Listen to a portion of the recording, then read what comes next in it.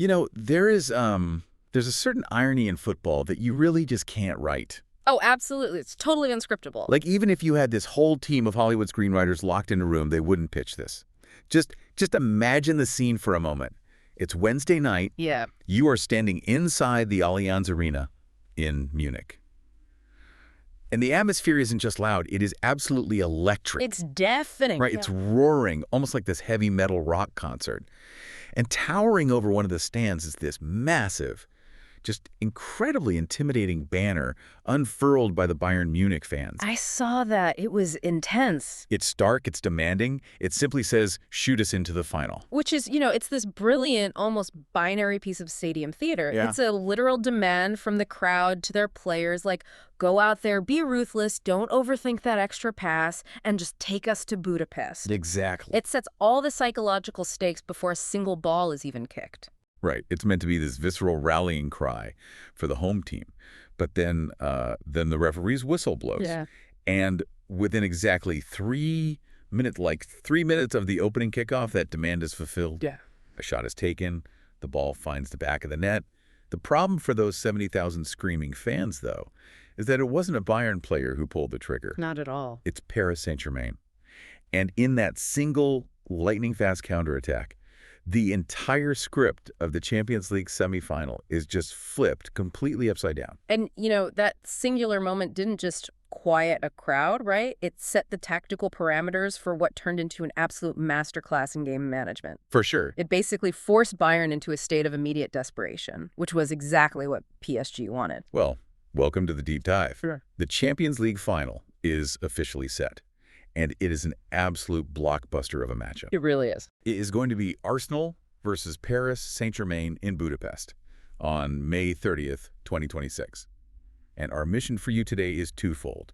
First, we're going to completely deconstruct this semifinal second leg in Munich. We really need to dig into it. We do. We need to figure out how a historically flashy, attack-obsessed PSG team suddenly transformed into this impenetrable defensive fortress. Yeah, that was wild. And then we're going to look ahead. We're going to preview the massive tactical, emotional, and frankly, philosophical clash that is awaiting Arsenal. A team stepping into their first Champions League final in 20 long years. Exactly. 20 years. Okay, let's unpack this. And there is just so much to unpack here, primarily because the version of PSG we saw in Munich, it felt like a total contradiction to everything we saw from them just a week prior. Totally.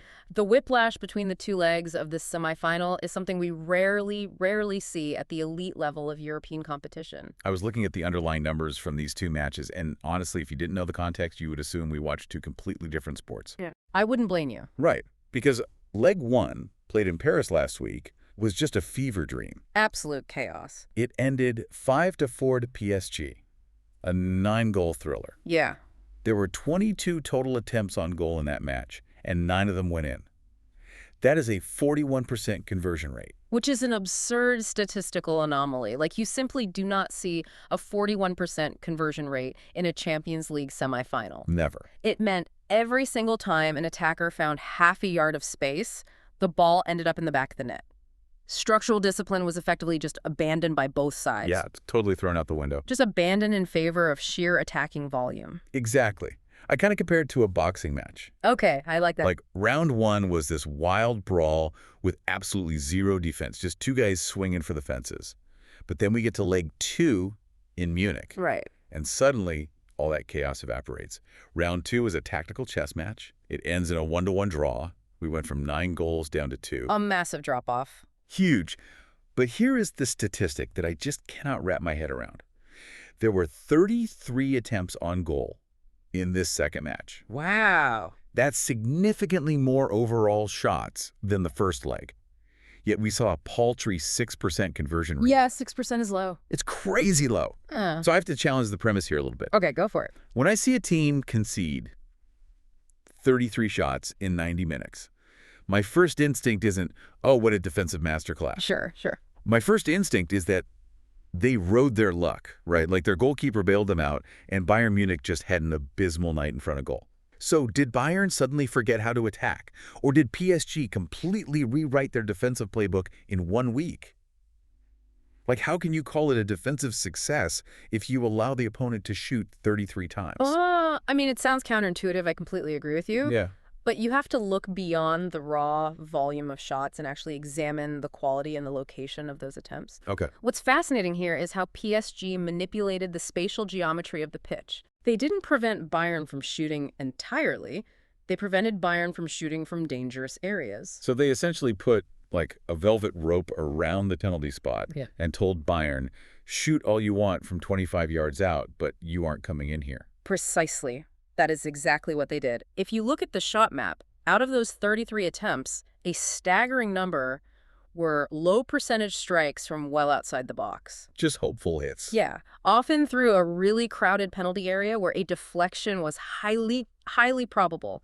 PSG utilized a defensive concept that pundit Nedum Onuoha highlighted brilliantly in his analysis. Oh, I saw that. Yeah, they didn't just drop into a passive low block. They were incredibly active. They were setting these pressing traps in the half spaces. We'll have to find how that actually works for the listener. Sure. Because when people hear defensive football, they picture 11 guys standing inside their own penalty box, completely static, just heading away crosses for an hour and a half. Right. But static defending gets you killed against a team like Bayern Munich. Yeah. Instead, PSG operated almost like a synchronized net. All right. When a Bayern midfielder, let's say Joshua Kimmich, received the ball 40 yards out, PSG's midfield line didn't just back off. Right, they engaged. Exactly. Fabien Ruiz or Jean Neves would aggressively jump out of the defensive line to engage him, forcing Kimmich to make a split-second decision. Rushing him. Yes. But the moment the ball was moved laterally, the PSG player would sprint right back into the defensive shape while the next man in the chain stepped up. Like a piston. It's an exhausting, relentless piston motion. They were constantly challenging for the ball, making it physically uncomfortable for Bayern to orchestrate any intricate passing sequences. And it demands complete, unwavering commitment from every single player on the pitch, not just the defenders. 100%. I actually noticed a moment in the second half that completely shattered my preconceived notions about this specific PSG squad. Oh, what was it? So, Ousmane Dembélé, right? Yeah. A player who has spent his entire career defined by his stepovers, his pace, his attacking flair. And the guy who scored the opening goal in this match, he tracked back a full 50 yards to make a crucial sliding defensive tackle near his own corner flag. I remember that tackle. And he popped up and celebrated winning that tackle with the exact same primal roar as he celebrated his goal. That visual of Dembélé celebrating a tackle, I mean, that is the ultimate proof of concept for the manager, Luis Enrique. It really is. When you get your elite luxury attackers to view a defensive intervention with the exact same dopamine hit as a goal, your tactical system becomes virtually unbreakable. The attackers were essentially functioning as the first line of defense, actively steering Bayern's build-up play into the congested central areas. Where Marquinhos and William Pacho were just waiting to clean it up. Exactly, just waiting for them. Speaking of Marquinhos, we really have to talk about what he did in this match. Oh, he was immense. Because I felt like I was watching a completely different defender than the one we've seen struggle in previous Champions League campaigns. Yeah, he's evolved. He's 31 years old now. He doesn't have the recovery pace he had maybe 5 years ago. Yeah. But he didn't even need it. Because his cognitive anticipation is just operating on another level right now. Yeah. Marquinhos arrived at PSG back in 2013. He has endured every single catastrophic Champions League collapse this club has ever suffered. He's seen it all. But under this new system, he isn't asked to be a superhero anymore. He's the orchestrator. The BBC analysis described him as exuding calm authority. That's a great phrase. It really fits. He isn't the one making the desperation sliding tackles because his positioning is just so meticulously calculated.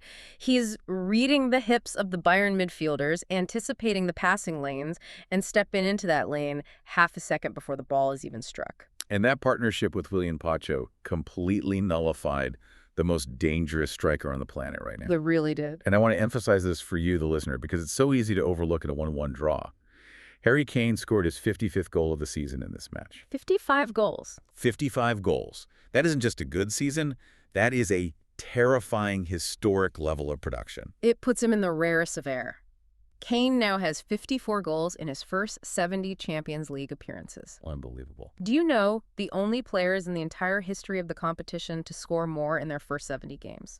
Messi and Ronaldo. No, it's Erling Haaland and Ruud van Nistelrooy. Wow. Okay, so pure goal scorers. Exactly. He is the ultimate apex predator in the penalty box. Yet for 93 minutes of this football match, Marquinhos and Pacho effectively erased him from the broadcast. They really did. Like he was dropping deep, trying to get on the ball near the center circle just to feel involved, but they just marshaled him entirely out of the dangerous zones. Right. When Bayern did manage to get the ball wide and swing across in, Pacho was constantly there, physical, leaning on Kane, never letting him get a clean jump. Yeah, just constantly bothering him. It wasn't until the 94th minute, literally deep into stoppage time, that Kane finally managed to find a tiny pocket of space, receive the ball, and stab it into the top left corner. Yeah, and honestly, it was a phenomenal strike on the turn. Oh, brilliant strike. Yeah. But it was just far, far too late.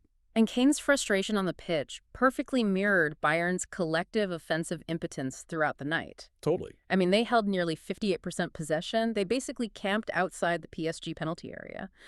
But as Vincent Kompany, the Bayern manager, pointed out in his post-match press conference, they lacked the final incisive action. Right. Kompany said they arrived in dangerous positions repeatedly, but in that crucial microsecond, the moment to deliver the killer cross or the disguised through ball, PSG's defensive structure just denied them the necessary space. But I want to push back on that a bit, actually. Oh, really? Okay. Yeah, because while Kompany was very complimentary of PSG's defense to the press, he was absolutely seething underneath about the officiating. Oh, well, yes, that's true. And we really have to talk about the massive controversy of this match.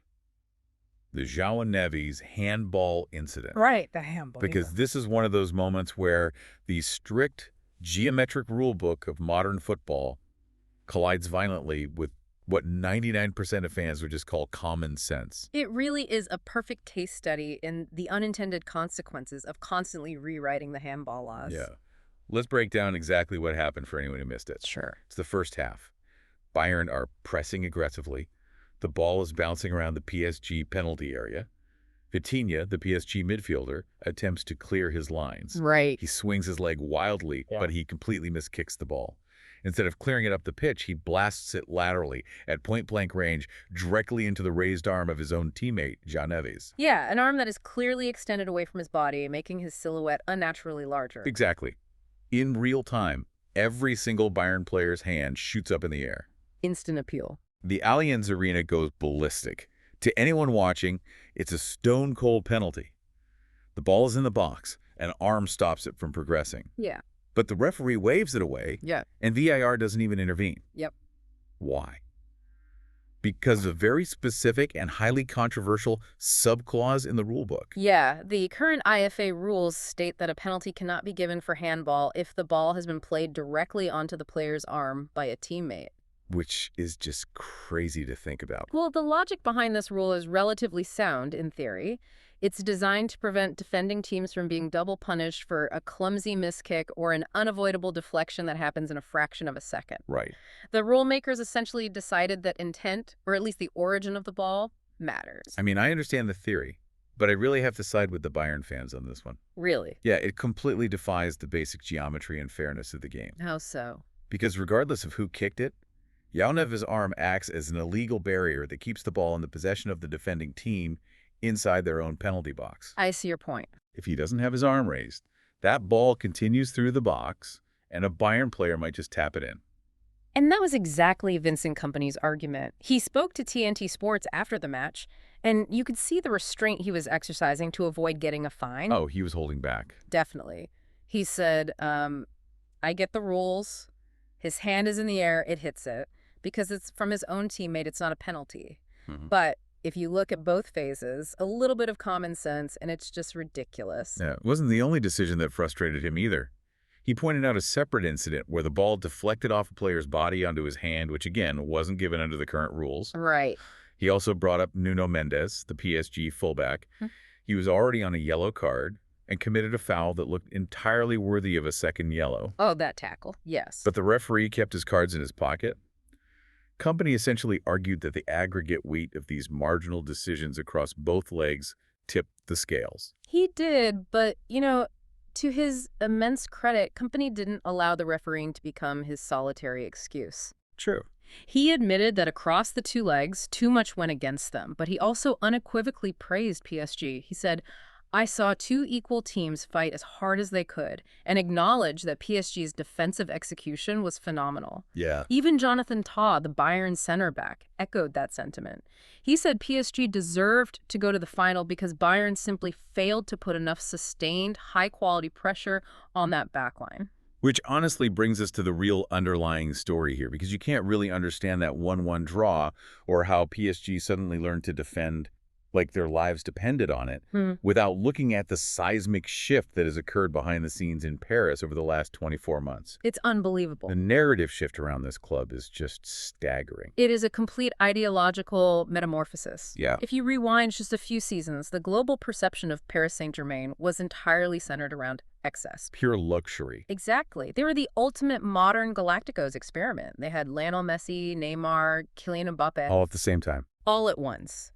The strategy wasn't about building a cohesive football team. It was about accumulating the most famous, commercially viable attacking talent on the planet and just assuming their individual brilliance would overwhelm opponents. Steven Gerrard, who was doing punditry for this match, perfectly encapsulated the old PSG. Yeah. He said they had egos in the team that never allowed them to resemble a cohesive unit. Spot on. And my issue with that era of PSG was always that it was built on a fundamental tactical flaw. They had these three generational attackers who absolutely refuse to participate in the defensive phases of the game. Right. They wouldn't press, they wouldn't track back, they just walked around when they didn't have the ball. Which meant that the moment they lost the ball, PSG were effectively defending with 8 outfield players against 11. You can't survive that. No, against lower-tier opposition in the French domestic league, sure, they could get away with it. Yeah. But in the brutal, unforgiving environment of the Champions League knockout stages, elite teams would simply bypass that front three, overload the midfield, and expose the defense. I always thought of the old PSG like a hyper-expensive, diamond-encrusted sports car. Oh, I like this analogy. Like, it looks incredible on a billboard. It has an engine that can go 0 to 60 in 2 seconds. But it has completely bald tires, no suspension, and the brakes are faulty. Right, right. So the minute you take it off the smooth test track and put it on a treacherous, winding mountain road, which is exactly what a Champions League quarterfinal is, it inevitably spins out and crashes. It just lacked the foundational mechanics to survive under actual pressure. That is a very apt way to look at it. And the catalyst for fixing those mechanics was the arrival of Luis Enrique in the summer of 2023. Yes. If we connect this to the bigger picture, Enrique is a manager who won the Champions League with Barcelona in 2015. He knows what it takes. He intimately understands the alchemy required to balance superstars with work rate. His first mandate when he arrived in Paris was a brutal, uncompromising cultural reset. He basically walked into the boardroom and said, "We are selling the diamonds." And they did. Messi left. Neymar was sold to Saudi Arabia. Mbappe eventually departed for Real Madrid. They stripped the sports car all the way down to the chassis. Yeah. And Enrique used those resources to build a fundamentally different machine. He built a team that operates like a tightly coiled spring. They're incredibly compact and resilient when they don't have the ball. They absorb pressure, compress their shape, and store all this potential energy. Okay. But the moment the opponent overcommits and leaves space behind, that spring releases with devastating force and precision. And the tip of that spear, the player who releases that energy, is Kvaratskhelia. Let's talk about that counterpunch against Bayern, because it is the quintessential example of this new philosophy. It really is. It happened 3 minutes into the game. Bayern are pouring men forward, fueled by the home crowd. The ball turns over, and suddenly, Kvaratskhelia has it at his feet. And the Georgian winger's transition from defense to attack is just terrifying. He picks up the ball deep in his own half. Yeah. He doesn't just sprint aimlessly, right? He drives diagonally, drawing both Joshua Kimmich and Dayot Upamecano toward him. Pulling them out of position. Exactly. By manipulating their positioning, he completely destabilizes Bayern's defensive structure. He creates a massive vacuum of space on the opposite flank, which Dembélé is running into. Yes, and then, with perfect timing, he delivers this sweeping cross-field ball to Ousmane Dembélé, who doesn't even take a touch. He just lashes a thumping volley high past Manuel Neuer. It was a surgical strike. It took maybe 8 seconds from winning the ball back to the ball hitting the back of the net. So fast. And Kvaratskhelia performance was universally praised. He was named Player of the Match, securing an 8.07 rating from the BBC users, which was the highest of anyone on the pitch. His underlying metrics since arriving at PSG are historically significant. Yeah, I was looking at these. He debuted for the club in February of 2025. In the time frame since that debut, he has been involved in 21 Champions League goals, 13 goals and 8 assists. I actually looked this up before we started recording because I couldn't believe it. Yeah. Do you know who the only player in the world is with more goal involvements in the Champions League over that exact same period? Well, I know now. It's Harry Kane with 22. Incredible. Kvaratskhelia is quite literally operating at the absolute pinnacle of European football. He has replaced the output of Mbappe and Neymar single-handedly, but with a fraction of the ego. And it's not just him, you know. As a collective unit, PSG's attacking metrics this season are astounding. Yeah. Despite this newfound defensive solidity, they haven't sacrificed their potency at all. They've scored 44 goals in just 16 European matches this season. 44 goals. Okay. To contextualize that for you, the listener, that is the second most goals scored by any team in a single edition of the Champions League in the history of the tournament. Let that sink in. The only team to ever score more was Barcelona back in the 1999-2000 season, who managed 45. And PSG still has the final left to play. They're going to break it. They are one goal away from tying an all-time record, all while demonstrating they can defend like absolute warriors for 90 minutes. Which creates a fascinating tactical puzzle. Because waiting for this perfectly balanced, ruthless PSG machine in Budapest is Arsenal. Yes. And this is a clash of systems that has the potential to define tactical trends in football for the next 5 years. Because Enrique has built this PSG team to absorb pressure so comfortably and strike so lethally in transition, it creates a massive, almost existential tactical headache for Mikel Arteta. Massive. Because his entire Arsenal philosophy relies on controlling the game by starving the opponent of the ball. Right. Julien Laurens, the French football expert, was speaking on the Football Daily, and he made a compelling point. He argued that Arsenal is currently the best out-of-possession team in Europe. The statistics absolutely support Lauren's assertion. Arsenal are the only team left in the Champions League this season who are completely unbeaten. Wow. They hold the best defensive record in the entire competition, but their defending is very, very different from PSG's. Explain that difference. Well, Arsenal doesn't usually absorb pressure deep in their own half. They defend from the front. They use a suffocating high press to win the ball back in the opponent's third of the pitch. Right. Arteta pushes his central defenders, Gabriel Magalhães and William Saliba, incredibly high, almost up to the halfway line. Yes, very aggressive. He essentially compresses the middle 30 yards of the pitch like a vice. Opposing midfielders have literally no room to turn. Arsenal are masters at dictating the tempo. If they want the game to be a slow, methodical, suffocating grind, they impose that reality on the opponent. But that high defensive line is precisely what PSG's coiled spring is designed to exploit. If Saliba and Gabriel are standing on the halfway line, that leaves 50 yards of empty grass behind them for Kvaratskhelia and Dembélé to sprint into if Arsenal's initial press fails. Yep. It's a game of tactical chicken. Who blinks first? So what does this all mean for the specific matchups on the pitch? Stephen Warnock, the former Liverpool defender, broke this down and highlighted one specific battleground that he believes will decide the final. And that is? The flanks. He pointed out that Arsenal's wingers are going to face an unprecedented physical test against PSG's fullbacks. Exactly. PSG's fullbacks, specifically Nuno Mendes on the left and Achraf Hakimi on the right, they do not operate like traditional defenders. They're wingers, basically. They act as auxiliary wingers. They bomb forward constantly, creating numerical overloads. And an overload simply means committing more attacking players to a specific zone than the defense has players to cover them. Right.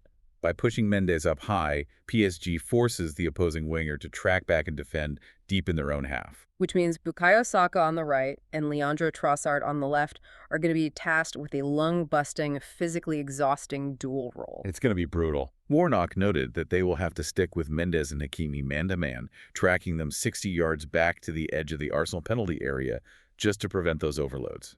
But here is the agonizing part for Saka and Trossard. Yeah. The moment Arsenal wins the ball back, they have to instantly shift gears, sprint 60 yards back up the pitch, and exploit the space that those PSG fullbacks just vacated. That's exhausting. It requires immense stamina and flawless tactical discipline. If Saka is a second late tracking back, Mendes puts a cross in. If Saka is too exhausted to sprint forward in transition, Arsenal has no outlet, and they just remain pinned back under constant pressure. It's basically asking your most creative attacking players to effectively run a marathon while doing interval sprints. Basically, yes. But it's not all doom and gloom for Arsenal. In fact, if you dig into the recent history between these two teams, Arsenal actually has several very clear, tangible avenues for optimism. Oh, definitely. And the biggest one involves the removal of a massive psychological and physical roadblock that haunted them just last season. We have to talk about the ghost of Gianluigi Donnarumma. This is a crucial piece of context that will be heavily weighing on the minds of both sets of players. These two teams met in the Champions League semifinals last year. I remember it well. PSG ultimately won that tie 3-1 on aggregate and went on to lift the trophy. But anyone who watched those two matches knows that the aggregate scoreline was incredibly flattering to PSG. Hugely flattering. For long stretches of that tie, Arsenal were tactically superior. They absolutely were. Arsenal cut through PSG's midfield time and time again. They created high-quality chances, but they ran into a literal giant wearing goalkeeper gloves. He was a wall. Donnarumma was superhuman in those two legs. He made miraculous tie-saving stops. He denied Gabriel Martinelli on a clear one-on-one. Yep. He saved a point-blank shot from Martin Odegaard. He kept out Bukayo Saka. He was the sole difference between Arsenal going to the final and going home empty-handed. But here is the massive shift in the landscape for 2026. Yeah. Donnarumma is no longer playing for Paris Saint-Germain. Right. He transferred to Manchester City. PSG's current number one is Matvei Safonov. And while Safonov is a highly capable professional who has integrated well into Enrique's system, pundits like Stephen Warnock have explicitly identified him as the one glaring vulnerability in this PSG starting 11. Warnock was actually very blunt about it. He said, "You struggle to find any weakness. The only weakness I really see in the team is their goalkeeper." That's quite a statement. From a psychological standpoint, that has to give Arsenal's attackers a massive injection of confidence. Oh, absolutely. They know that if they execute Arteta's plan and create the exact same quality of chances they did last year, the guy standing between the posts is not the invincible wall that haunted their nightmares. Furthermore, Arsenal has empirical proof that they can dismantle this specific iteration of PSG. Yes, the league phase. Exactly. During the newly expanded league phase of the Champions League earlier this season, Arsenal hosted PSG at the Emirates Stadium and beat them 2-0 quite comfortably. I rewatched parts of that game, and Arsenal controlled it from the very first whistle. They got first-half goals from Kai Havertz and Bukayo Saka, and then they just professionally killed the game off. They neutralized them. They didn't allow PSG's coiled spring to release at all. And Chris Sutton, the former Premier League winner, pointed out another huge tactical advantage that Arsenal possesses, which could bypass open play tactics entirely. Set pieces. Yes. Set pieces. Arsenal's mastery of dead ball situations is genuinely unprecedented in modern football. It's like a cheat code. Under their dedicated set-piece coach, Nicolas Jover, they treat every corner and wide free kick like a meticulously choreographed NFL playbook. Yeah, all the blocking and runs. Sutton highlighted that in a tight, tense final where both teams are structurally sound and open play chances are really scarce, Arsenal's ability to manufacture a goal from a corner is an immense weapon. It changes the entire math of the game. Like, PSG can defend perfectly for 89 minutes, but if they concede one sloppy corner, Arsenal has 5 players who are lethal in the air, utilizing blocking routines that free up space for a free header. Exactly. Additionally, Arsenal benefits from a rare logistical advantage here. They have a full week of rest prior to the final in Budapest. Which, at the end of May, is a priceless luxury. Huge. It gives Mikel Arteta extensive time on the training pitch to implement a bespoke tactical plan tailored specifically for PSG. Yeah. And it ensures his squad, particularly those wingers like Saka who have to do so much running, are fully recovered from the physical toll of the Premier League run-in. Which brings us perfectly to the emotional and psychological landscape of this final. Because we can talk about half spaces and expected goals all day, but tactics are only half the battle. So true. The other half is human psychology. It's how these players and these immense fan bases handle the monumental, suffocating pressure of the occasion. And the emotional narrative surrounding these two clubs could not be more diametrically opposed. Right. For Arsenal, the weight of history is just a heavy burden. It has been 20 long years since they last reached a Champions League final. 2006. Yeah. The heartbreak, in Paris against Barcelona, the Jens Lehmann red card in the 18th minute, That was brutal. Sol Campbell's header, the late collapse. Entire generations of Arsenal fans have grown up only knowing the agonizing near misses, the round of 16 exits, the Thursday night Europa League games. It's a lot of baggage. It is. For the Arsenal fan base, this isn't just a football match. It feels like a destiny-filled revenge movie. They have the generational trauma of 2006, compounded by the fresh, raw heartbreak of losing to PSG in the semifinals just last year. They feel like they have a cosmic score to settle. But then you look at the Parisian side, and the psychological framing is entirely different. Completely different. PSG are experiencing their second consecutive final. Last year, they didn't just win it, they absolutely dismantled Inter Milan 5-0 in the final. A historic win. They're arriving in Budapest, battle-tested and brimming with the confidence of defending champions. They don't view this with anxiety, they view it as an opportunity to cement a dynasty, to prove that their cultural reset under Luis Enrique has elevated them above the rest of Europe permanently. To get a real sense of how the fans are processing this collision of narratives, we spent some time deep diving into the Reddit communities, specifically r/Gunners, to really read the pulse of the Arsenal fan base. Yeah, that was interesting. And I want to integrate an important point of context here regarding the conversations we observed. Yes, it's impossible to ignore the geopolitical undercurrents in fan discussions. When analyzing these Reddit threads, there is a very prevalent, heated debate among fans regarding the financial backing of clubs like PSG and Manchester City by state-linked entities. Exactly. And we are strictly maintaining our focus on the football pitch and the tactical execution here. We aren't endorsing those geopolitical views or taking a side in the boardroom debates. Absolutely not. However, from a purely psychological standpoint, we have to acknowledge how that us against the state-owned wealth narrative is massively fueling an underdog siege mentality within the Arsenal fan base. It definitely is. It's a core part of their emotional framing for this match. With that context established, the overarching feeling among Arsenal fans is a fascinating, volatile cocktail of deep tactical anxiety and defiant optimism. Yeah. Let's start with the anxiety. What are the supporters most terrified of? Well, first and foremost, they are terrified of the sheer individual brilliance of PSG's front line. Understandably. One fan named Jack wrote a very telling comment. He said, PSG's front three outweigh anything Arsenal can offer defensively, in my opinion. Any three of them could start for almost any team in Europe. Right. They are looking at the terrifying pace of Kvaratskhelia Dembélé and the 20-year-old rising star Désiré Doué, and they are acutely aware that Arsenal's high defensive line is inherently risky.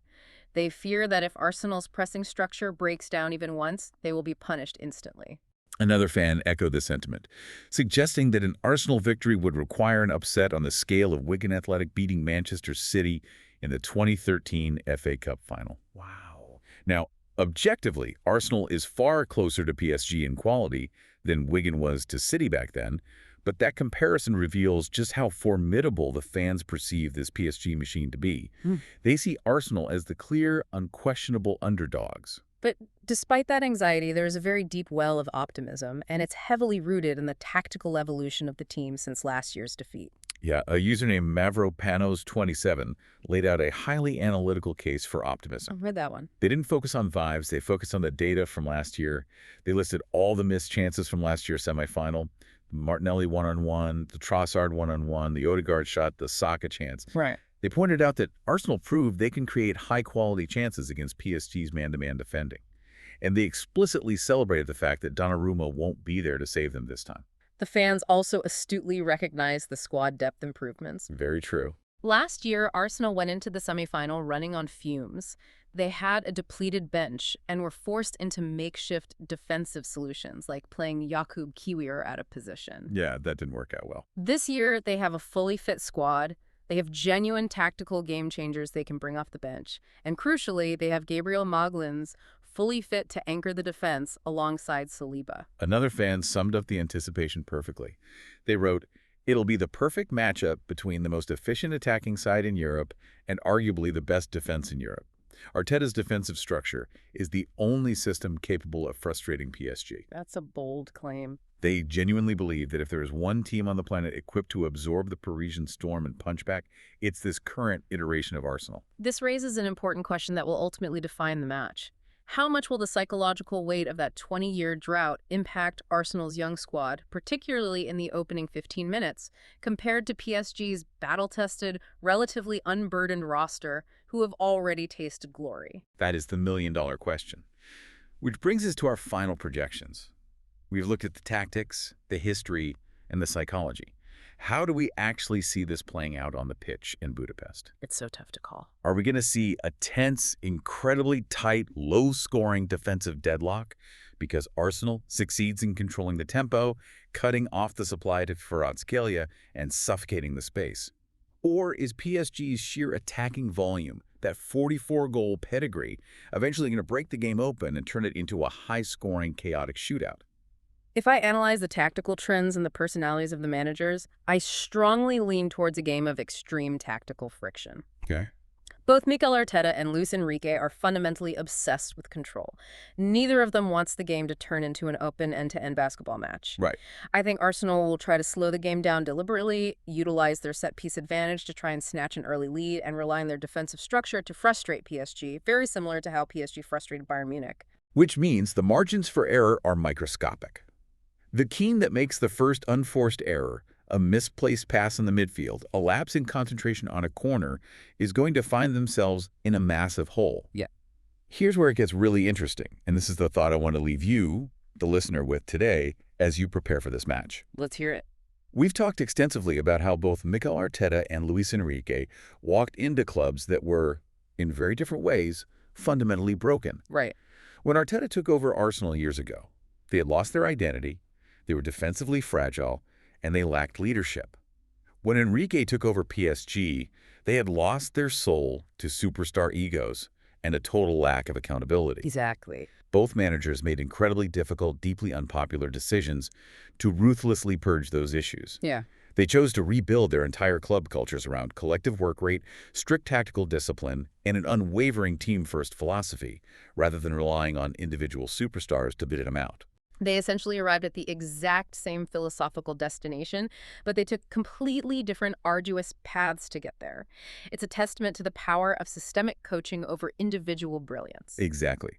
So here is the question you need to ponder as we count down the days to May 30th. Yeah. When two elite teams step onto the pitch with identical, unbreakable team-first philosophies, but vastly different attacking resources, Arsenal's collective grinding efficiency versus PSG's lethal, historically prolific counterattacking speed, does the European trophy ultimately go to the team with the slightly better, more cohesive defensive system, or does it simply go to the team that possesses the more ruthless, cold-blooded finisher in that one critical defining moment? It is the ultimate high-stakes test of defensive system versus attacking execution, and football history is littered with examples of both philosophies triumphing. We will find out the answer in Budapest. Thank you so much for joining us on this deep dive. It's been great. Keep a very close eye on those touchline tactical adjustments when the whistle blows on May 30th. Pay attention to how Saka tracks Mendes and how high Saliba pushes up the pitch. Is going to be an absolute classic. We'll catch you next time